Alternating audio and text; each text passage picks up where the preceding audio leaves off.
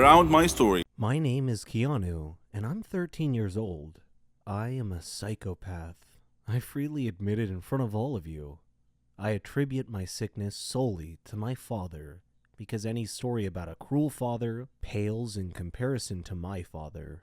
He would abuse me physically, mentally, verbally, and emotionally in every given moment. He left no stone unturned in this regard. He would beat me into unconsciousness. He accused me of being the cause of my mother's death, who died during my childbirth. Whenever Dad had any problem at home, he would accuse me of being the cause of it. One time he even beat me at school when my teacher called him to school because I had beat up my classmate who had beaten me up first. I tried to explain to him, but he wouldn't listen, and he just beat me even more. One day, it was fun day at school, and everyone was supposed to invite their parents to visit the school for party and introduction activities. I chose not to invite my dad, so I was alone at the festivities. I felt envious of all my classmates for having loving parents to have fun with. My teacher noticed me alone, came over and offered to be my parent for the day. I was so happy. We had great fun together. Miss Linda had lost both her husband and her son in a plane crash, only she had survived.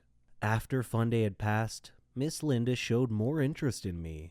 She would bring me sandwiches and spend time with me during breaks. I thought of her as my mom. When I succeeded in my final exams, she hugged me with tears of joy. I unconsciously said, "Thanks, Mom."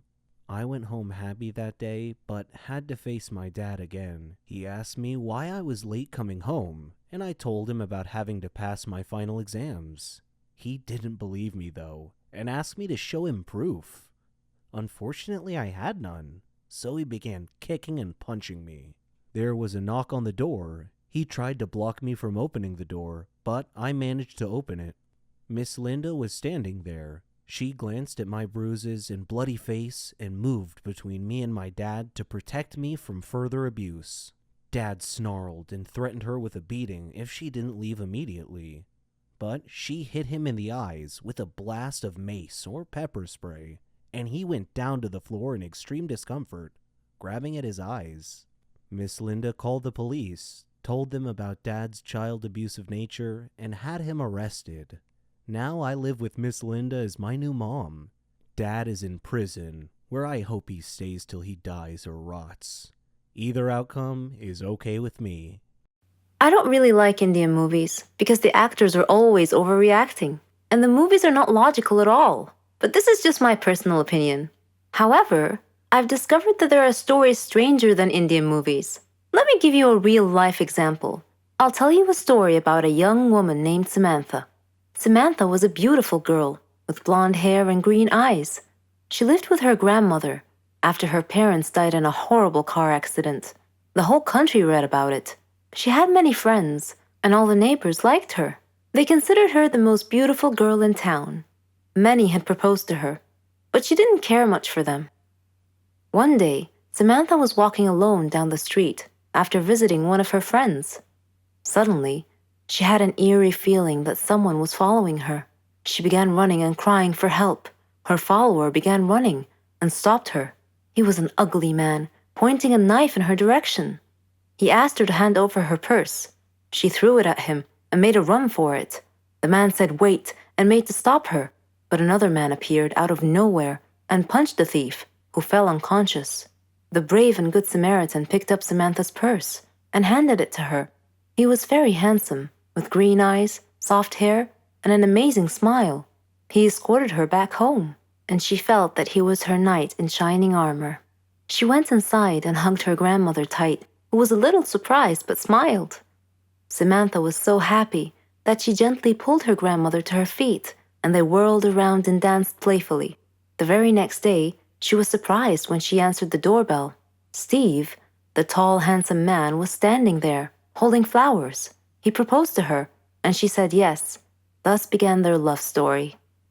Then one day, Samantha was standing in the kitchen preparing dinner. Steve and her grandmother were out, but they were supposed to be back soon. Samantha had everything ready, and she set the table. The house door opened, and Steve walked in. Samantha went to greet him, but she felt dizzy and fainted. Steve quickly took her to the hospital.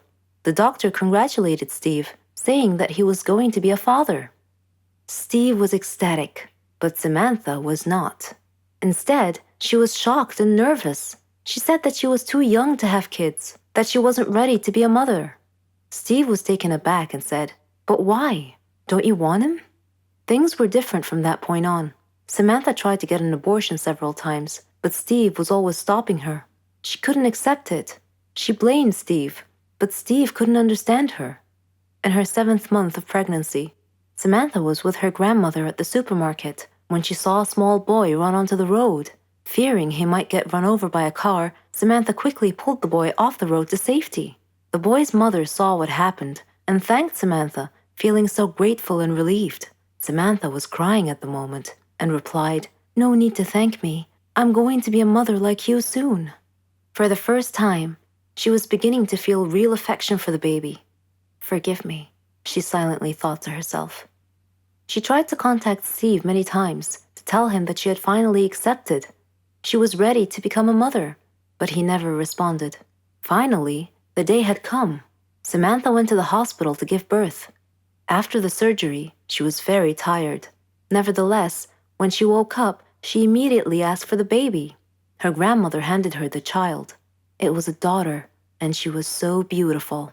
The nurse tried to take the baby out of her arms, but Samantha refused, wanting to hold her for as long as she could. The next day, Samantha heard a big commotion, and she had a feeling of dread that something bad had just happened. It was confirmed when she saw her grandmother's face. She asked what had happened, and her grandmother told her that a child was missing and had apparently been kidnapped. Samantha's pale face slowly pleaded, "Please don't tell me that it was my daughter." When her grandmother nodded, Samantha broke down and began crying and wailing in pain. The nurses tried to calm her down, and when she did, her grandmother came over to her and handed her a note. It had been found in her missing daughter's hospital crib. It was in Steve's handwriting. It simply said, "If you don't want her, I do." Then Samantha fainted. For many years, she tried finding her baby, but couldn't. Steve and her daughter had vanished into thin air. She felt as if time had stopped for her, but Steve didn't feel that way. He raised their daughter into a beautiful young woman. He named her Margot.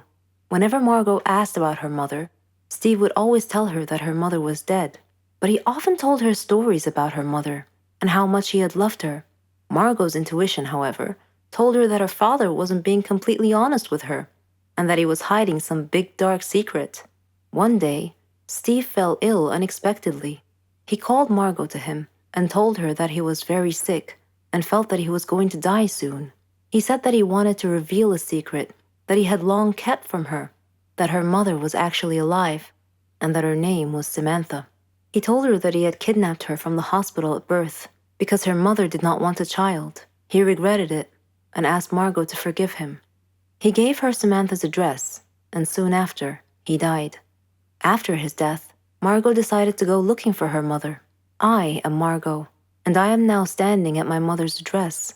At her front door, I cannot predict my mother's reaction when she answers the door and I introduce myself as her daughter, but I'm going to hug her and tell